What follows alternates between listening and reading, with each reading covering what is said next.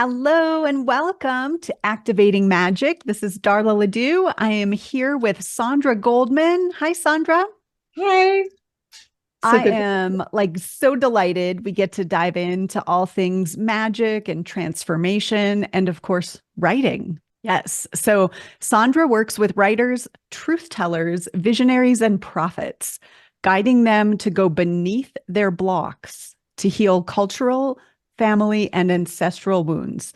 As her clients become free to fully express themselves, their writing runs true and clear. I just love that phrase. During her upcoming mastermind and retreat, Trash to Treasure, spin your abandoned drafts into manuscript gold. I just am thinking about how many drafts I had on my computer before I finally wrote a book. So I love this. Participants will dig up old writing and forgotten memorabilia at home and turn them over to see what's been hiding in their old files and drawers. The course will culminate in a writing retreat at Cape Cod, where you'll work with the energies from the ocean to spin those old drafts into stories that sparkle. And I feel your excitement about I'm this. so excited about it. Yeah, it's gonna be really fun. So, I want you to share a little bit about your journey to being here. And then I also happen to know that Trash to Treasure is inspired by your moving Mhm. and packing and purging, should we say? Packing. Yeah, shedding. So, at the top of the interview, do you want to say anything about this offer, this program that you've got coming up? I can talk a little bit about what led me to lead it, which is, I moved out of my house of 30 years 2 months ago. And so in 30 years, we had acquired our own stuff, our child's things, our dead grandparents' things, and parents' things. We always thought we would clean it up, and then we never did. My husband got a job on the other side of the country, so we were forced to, clean up. And in that process, it was very, very hard. Like I had left it all to the end, but it was also meant that I was looking at things that I hadn't seen in a long time. And I realized that I just kind of shoved aside. So that was one aspect. And the other thing was that I looked at old manuscripts, published and unpublished. And in the unpublished and unfinished work, I had this realization that, oh, I couldn't have finished these pieces yet because, and here's one of the principles in my work is the narrator has to heal.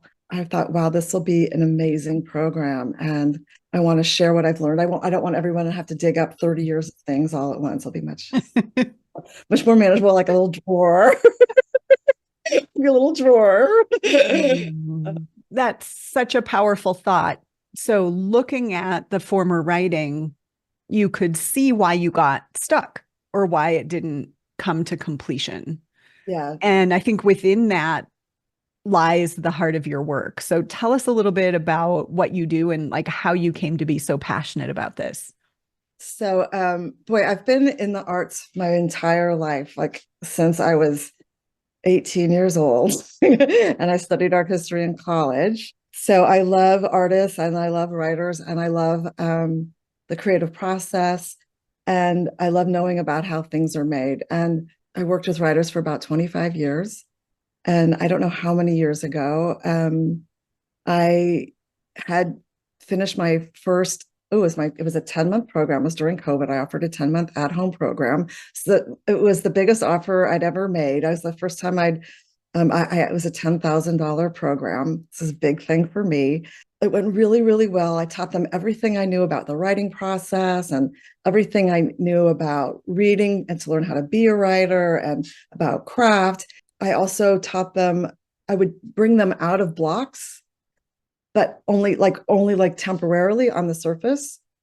And so what happened was after 10 months, I worked so hard. We read 10 books. I taught them really everything I knew.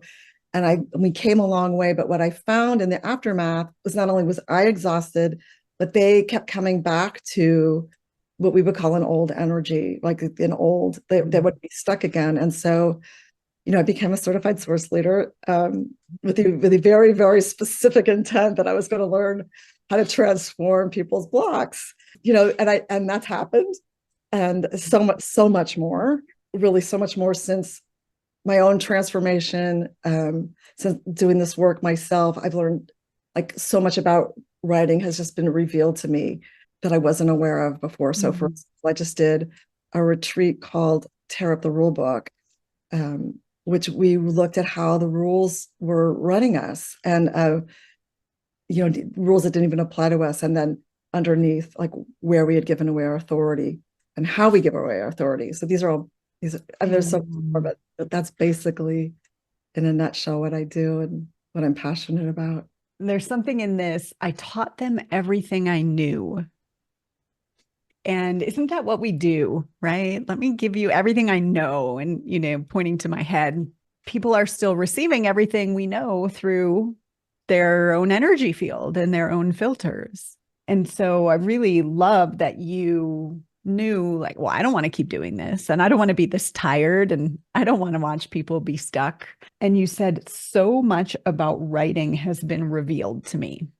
I don't know where you want to start here, but coming from, I know your background was first writing as an art critic. And so there's this element of writing from examining or evaluating, critiquing. And then there's, everything you knew about writing, all the rules, all the, ways to sentence flow and how to, craft a good story. That is great information to learn, but maybe not what you wanted to actually write.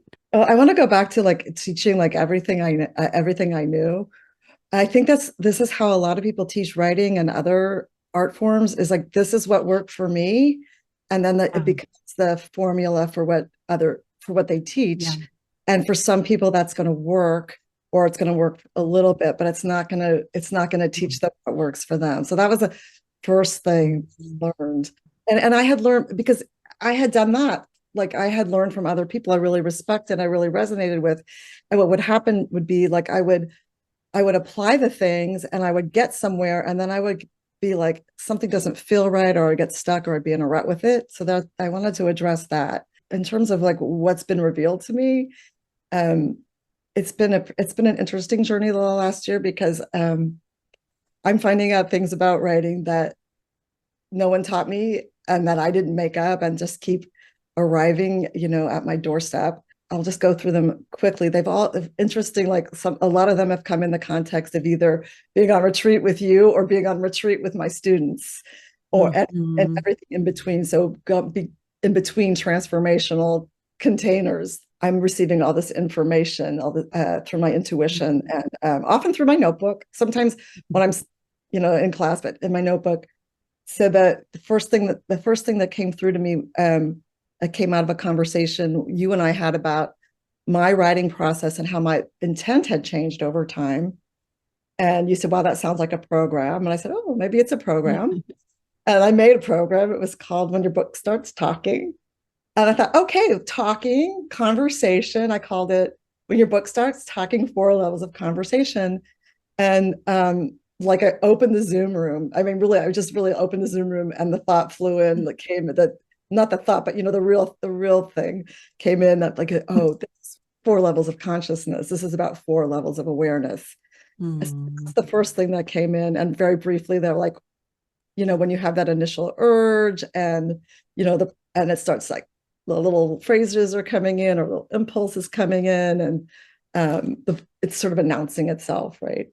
And then usually people get to a point. Well, usually in the first draft, there's a lot of let me just, because we probably have people listening who want to write a book, or write blogs, or write on Instagram or whatever. So the urge to write would you say that's exclusively for writers? Would you say it's for people who always thought that they were writers? Or do you notice that people get this coming through that never thought they were a writer? Or so I've actually, it's interesting. I've actually starting to think that the word, the label writer is just ineffective, because just like the word, like asking the same question, like, well, what's a book? Like a book is so many different things, right? So, but I hear your question. And I don't think whether you think of yourself as a writer or if you wanted to be a writer or if you would never even consider being a writer, sometimes something is coming through you that wants to be written. So like the second came through is triangle co-creation. And one of the corners is the human who got tapped to write it, right? That wants to be written, it starts talking. And who is it talking? It's talking to the person who's being asked to write it, who's probably has some background or some experience that they've being asked to share and or usually transmute into something else. That makes sense. So the second level of consciousness. The second level of consciousness usually comes around when people realize that their experience is going to help someone else, right? And so it's service. And so they start that's actually when we start to think about, oh, we could bring this out into the world. You know, that if I write this in a certain kind of way, I'm going to help someone else, and that's a very beautiful thing. Yeah. And the way I see it, however, is that too often people just stop right there. That's not a problem. So people write for different reasons, but often this turns into like education or advocacy, and that's also a beautiful thing. But what I found this for myself, and I find for a lot of people, is that's not enough to make them go, and also they get stuck. Like at a certain point, they get stuck. The work of healing hasn't come to its into its fullness, right? Because something needs to heal. This is where the narrator needs to heal. It's the third level of consciousness, right? There's something underneath this block that's asking to heal, and there's a message for me as a human, and there's almost always a message for the book that you're writing, right? Does that make sense? So 1, 2, 3. And so I want to write this because I've been getting the nudge, or I have something to say, or like it's kind of about me, which it can be great. Right. And then it's like, oh, wait, no, it's about other people. This isn't about me. It's about other people. And I think there's a lot of things I did, and I'm sure I still do it, Saundra, but in the beginning of my business, there was a lot of things I did because I was like, oh, my people need it, right? Like my clients need me to be able to do this. So I'm going to push past and do it in service. So, and then, so the third level, the narrator needs to heal. And I want to talk about the fourth level, and then we may come back to that because I'm sensing there's some magic available in the healing. Yeah.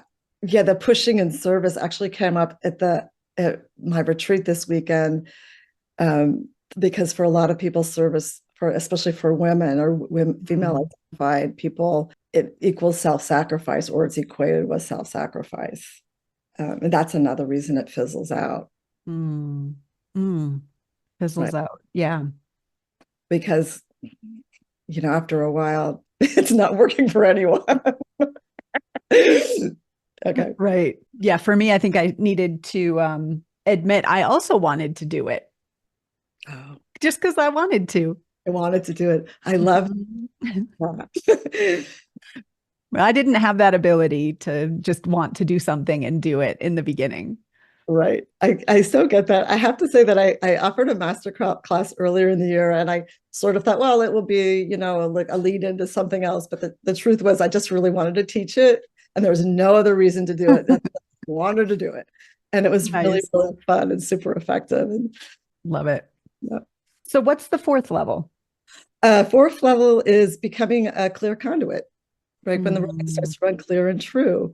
So, once, like, this makes sense, right? Because if we're having blockages, like, it's almost like if you have an energy block in your body, right, and you clear it, like, things come through. Does this make sense? So you're clearing the energy. I mean, when you're clearing your energy, when you're clearing your blocks, you create space. It creates space, right? And then you sit down to the page, and it feels different. And that, we're also like working with people, working in their different energies, but I also want to say that it's not like a clear linear path that goes one way and you never get stuck again, or you're never on the level, or that even in the finished book that all those things aren't present, because they're all part of human experience. And I also just feel called to say there's a difference between this level of being a conduit, which is bringing in from source, and for being a channel, which is bringing other beings from the other side, which can happen. You know, this came up the other day in class. It could be someone like Esther Hicks or Lee Harris. They're channeling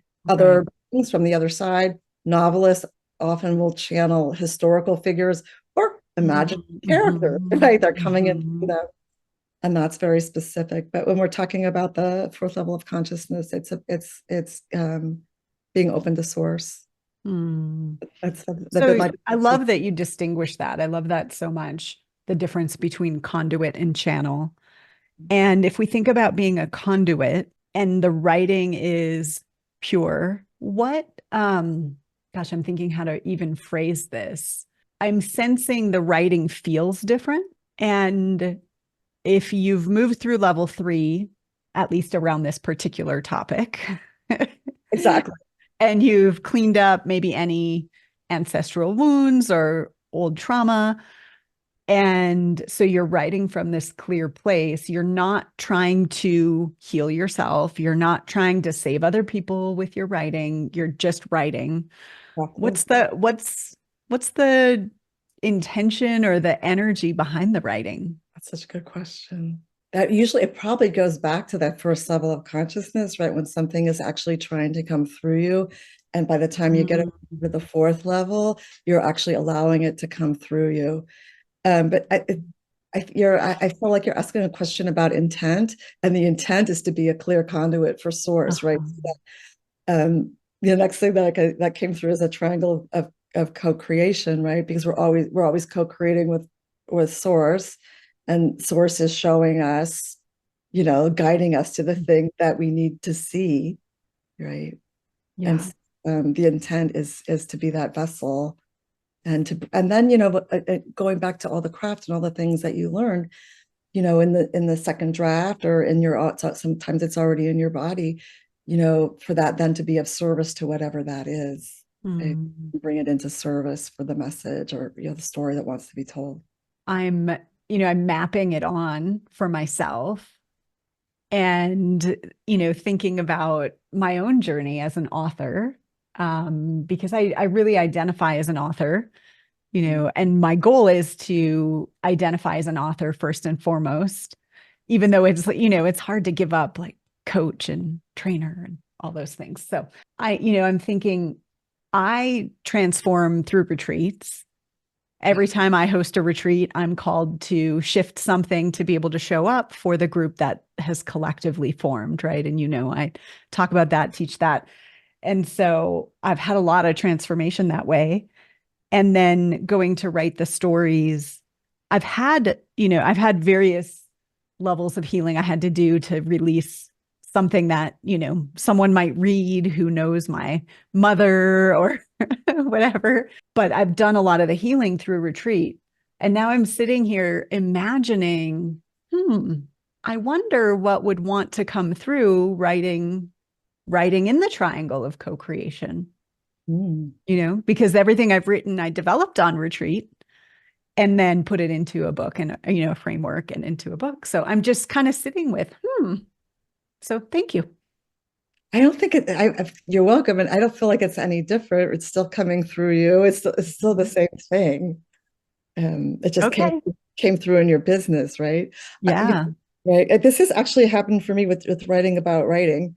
I thought I was going to sit down and do what I always do and like get my notebook out, you know, and I'm going to, you know, clear all this space, or maybe I'll go on like, you know, I'm going to book an Airbnb and what I realized for this book was that I was going to have to teach the principles first in order to learn them. And also because it must come through, you know, this, right? Because you're transforming, things are coming through. And this is just for me. And, you know, you've been at coaching a lot longer and you have 2 published books.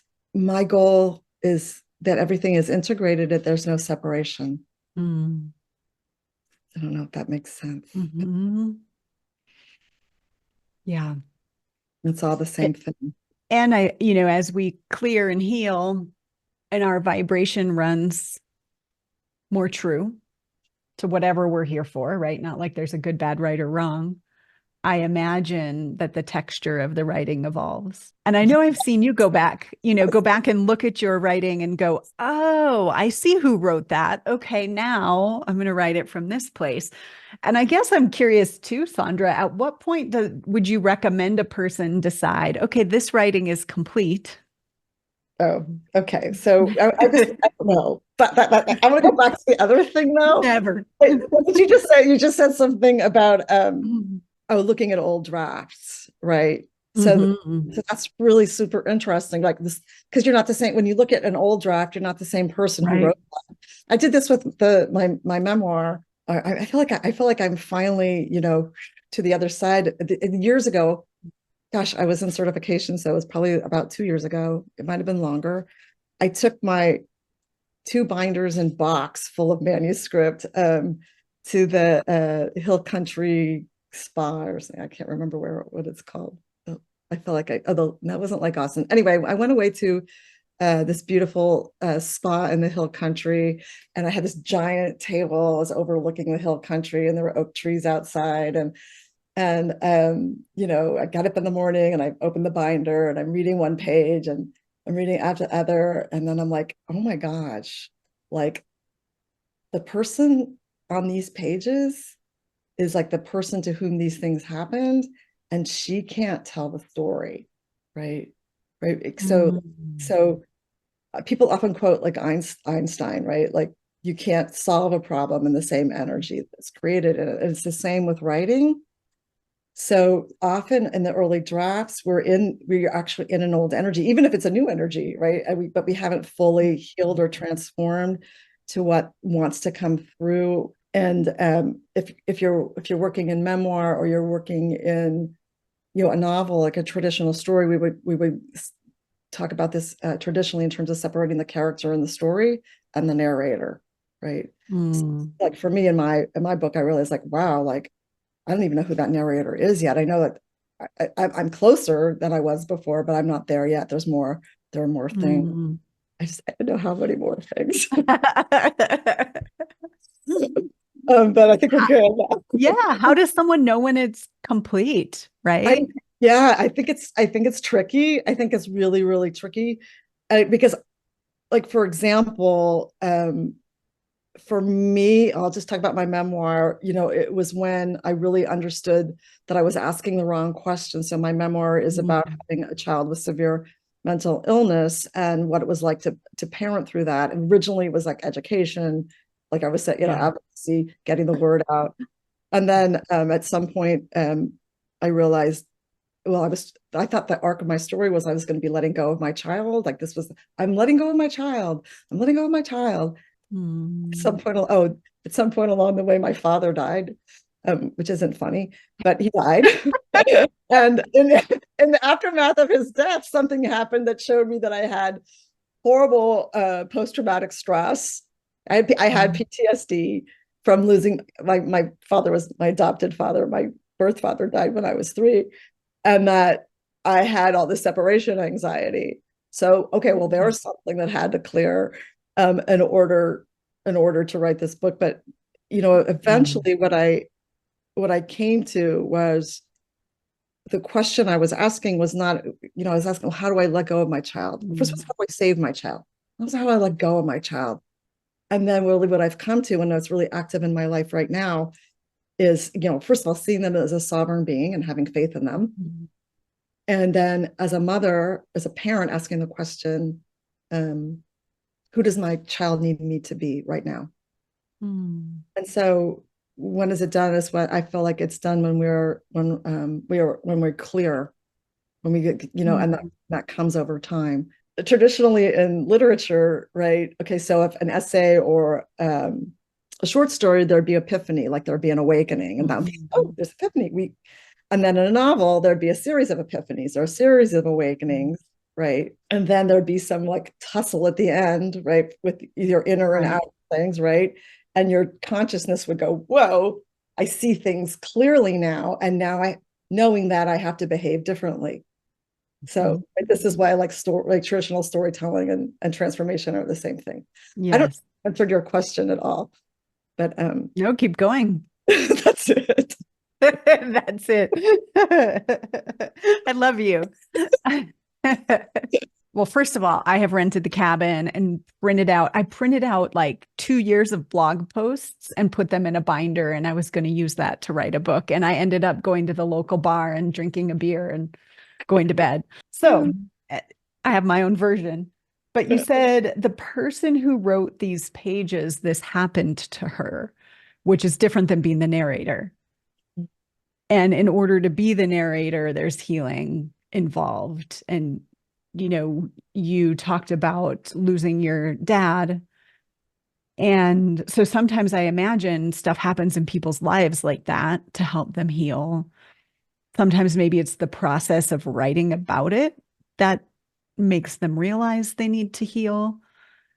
I know whether it's a point of view or the people that you attract, you tend to do a lot of work on ancestry and lineage and land. Can you speak to that a little bit around the third level of consciousness and how the narrator can heal?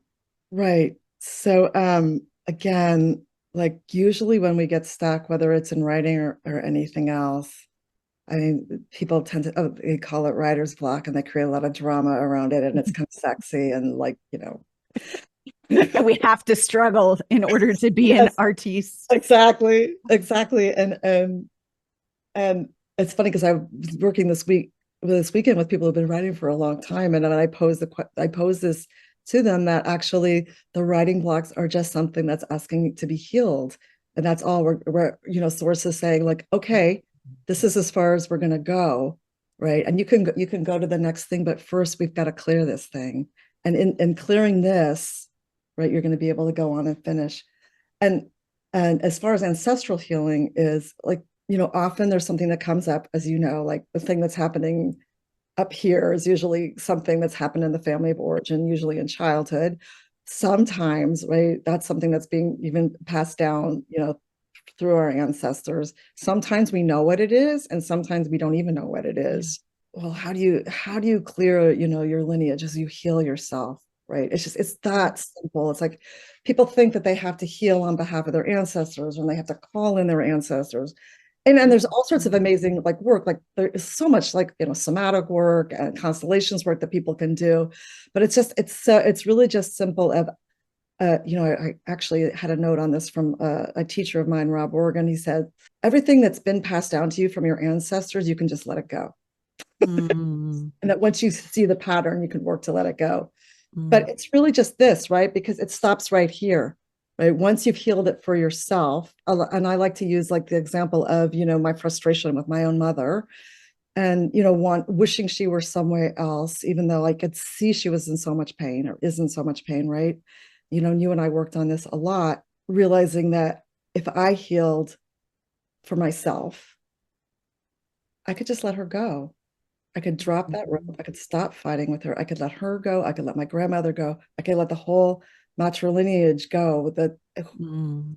On that long line of women who've suffered under patriarchy, and had suffered under oppression. And, in my particular, lineage, we have a lot of like, having to run out of the country. Yeah. And so that's it. And so if you're stopping it here, then it can't go back here. It can't go over here. And I'll just say one more thing. My sort of personal mission. So most of my people are female identified and of a certain age, and have and usually a lot of us have like had like like autoimmune. I think people have cancer, carrying all the stuff in their body. Having a child who's non-binary, having a young adult who's non-binary and whose friends are trans and non-binary, and sort of seeing how the species is changing, because Mm. planet's evolving, all these things. It feels like, okay, so we have to heal this. Like we have to heal 5,000 years of patriarchy, but really simple. Just clear our energy. Just let it go. Let it the fuck go. Excuse me, can I swear on your show? Yeah. Exactly. And right, so that they can go on and create what they're here to create in the world. Yeah, so healing for the collective just by Mm. showing up and clearing our writing blocks. Right. I love that perspective because I do think people hear ancestral healing and they feel like there's some magic pill and and this is activating magic and we love magic and you can do all kinds of magic around that and ceremony and ritual and bring crystals and incense and whatever with the moon, all the things, and you can simply shift your own belief system and heal your ancestry. Exactly. Just release. Like my understanding is like release first, the first, or just release it. And then you're like, it's just what we're talking about, fourth level of consciousness. Let stuff go, right? And it makes space in here and Yeah. Space for something new to happen. Let's talk a little bit about your magic and how it shows up. Okay. So, because my goal here is to really give people permission to trust that they know what they know and to trust their perception of the world and to not feel so alone as they grapple with, is this real? Am I making this shit up? Does this matter to anybody? Can I help someone with this? And so I keep, it keeps popping in here, portal to the deep self and your retreat. Can you speak a little bit about the process of owning your magic? First with your clients, just individually, like the way you see and perceive what they don't about their writing. And then kind of what was your journey like to name your retreat portals and to start using that language? Okay, yeah, that was a big shift for me. So like just starting with what I see in my clients. First of all, like I want to go back to, is this real? Am I weird? Am I a weirdo? Like for me, before I came into this space, it was like, is this a thing? Like there was this old David Letterman skit where like they bring in like acts and he and Paul Schaefer would say, is this something or is it nothing? And that's kind of how I felt like this is something. That was something, and I know I'm doing something. I don't know what it is. So I just wanted to So good. that into the put that into this space. Like we all have so many magics. So then they show up at different times. And the first magic that sort of came in and that I know, oh yeah, I've got that, was recognition magic. I'm an art historian, so like yeah, I'm trained to see patterns and see, right. I would and but also, I'm also looking at words that people use and how they use them. Or for example, like, so here's something in the old way, like if you use the word like 4 times, they would say like, can you find another word for that?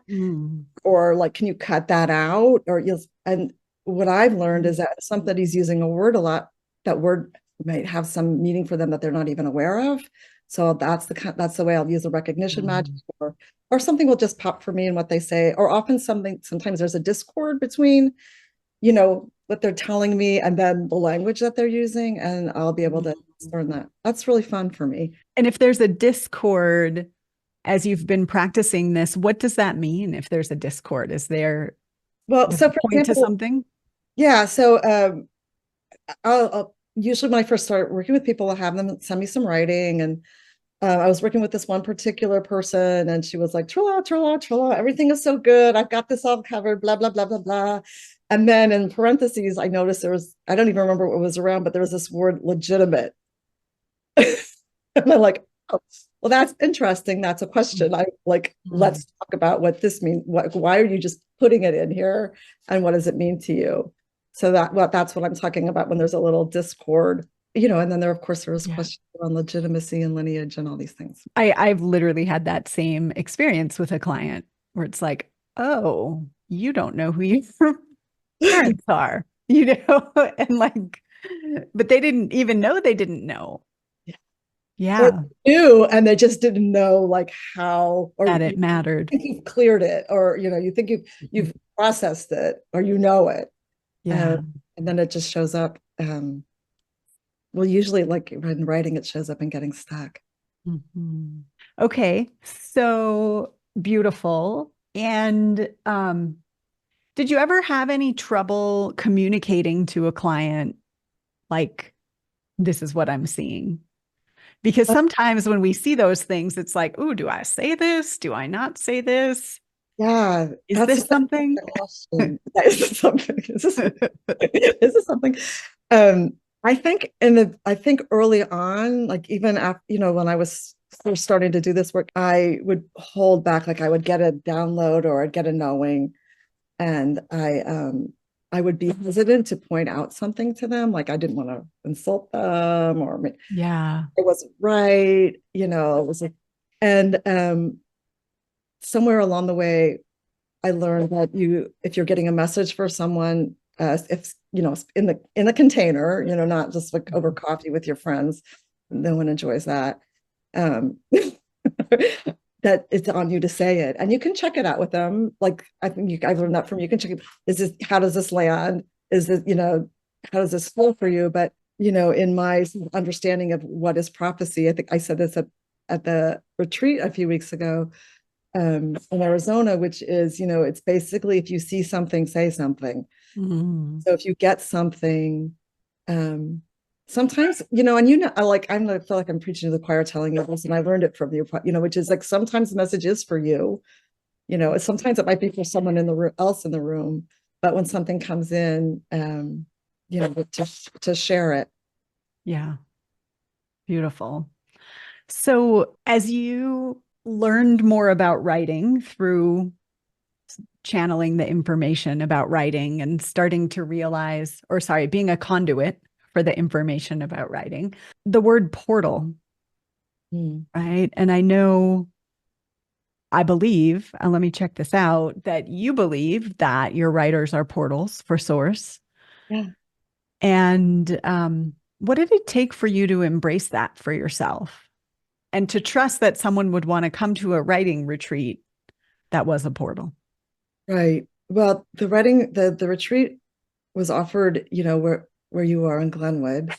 And so I kind of understood that there are certain experiences that we have that will be portals into ourselves and portals into writing. Like I knew that for me, like the first portal was art, right?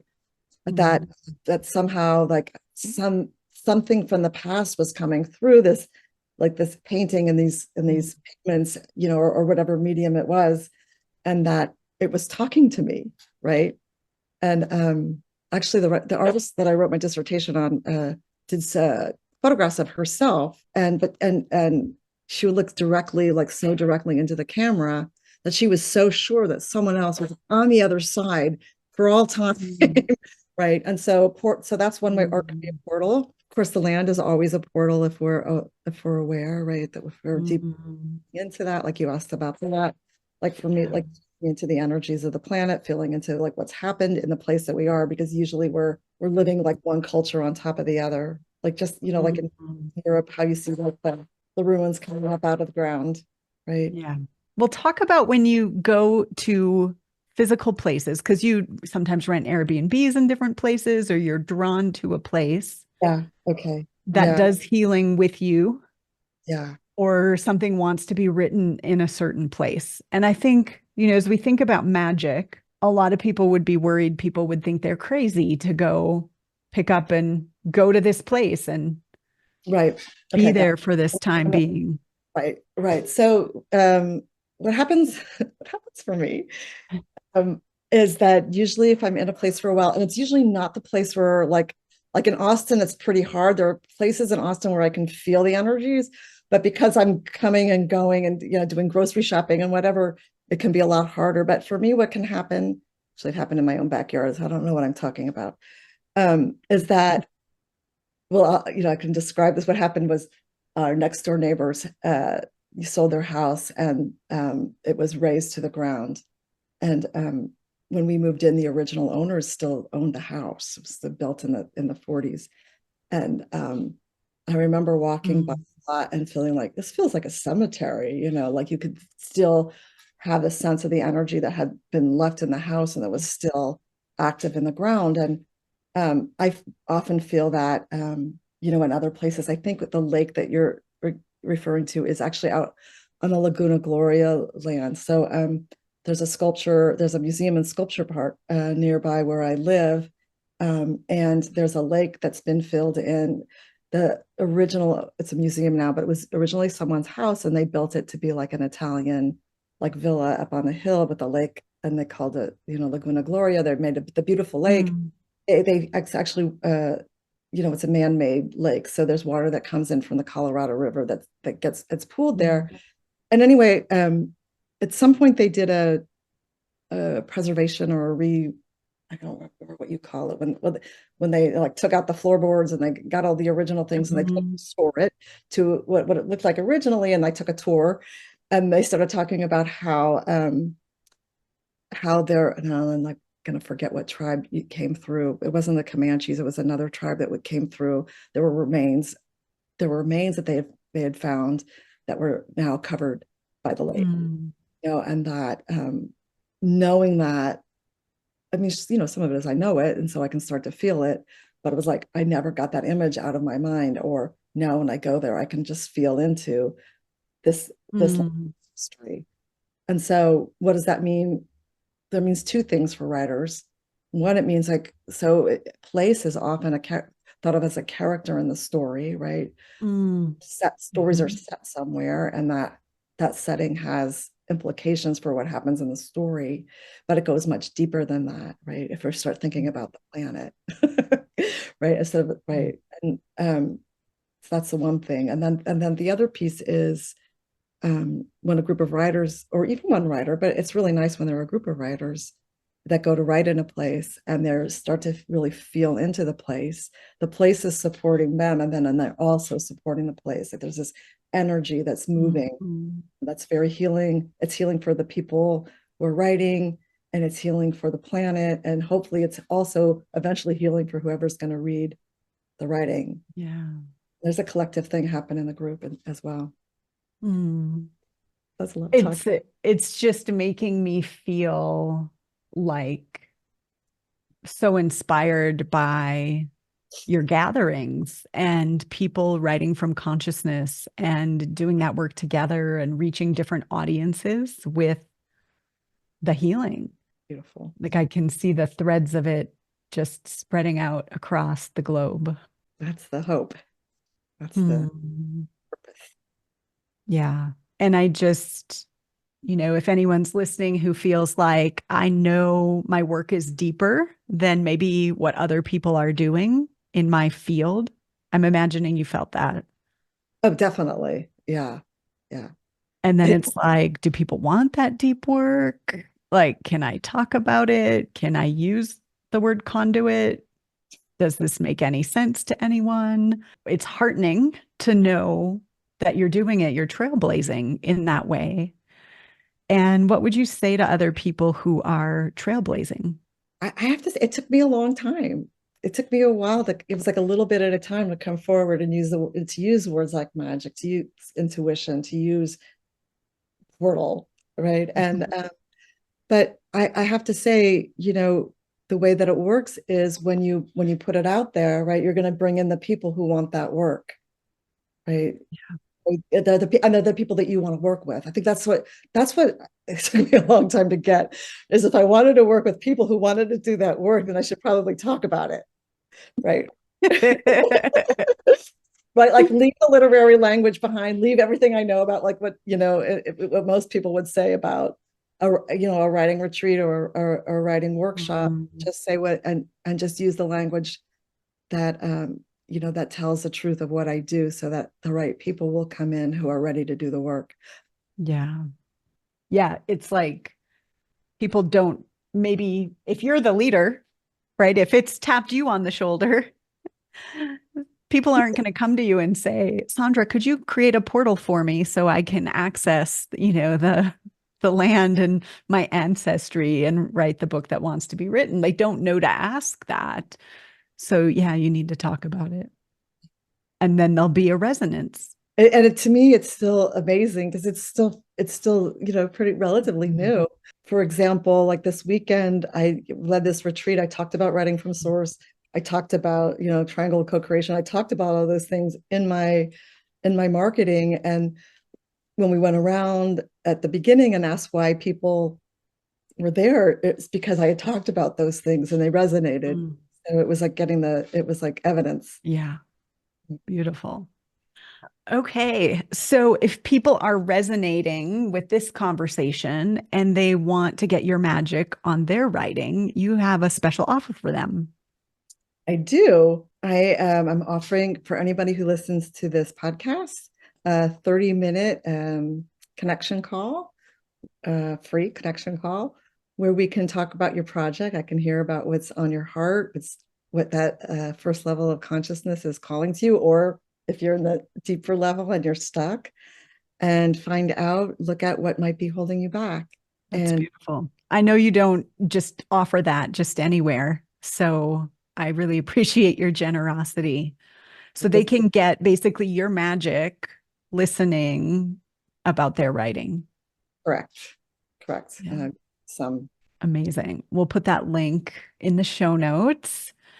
And then we talked about this at the very top, which is unusual, but you've got your trash to treasure program where people can dig out all their old writing samples and various things and take them and be with you in person and see what wants to be written. So I'm sure they can learn about that through the call, but I just wanted to reiterate that because we talked about it at the beginning.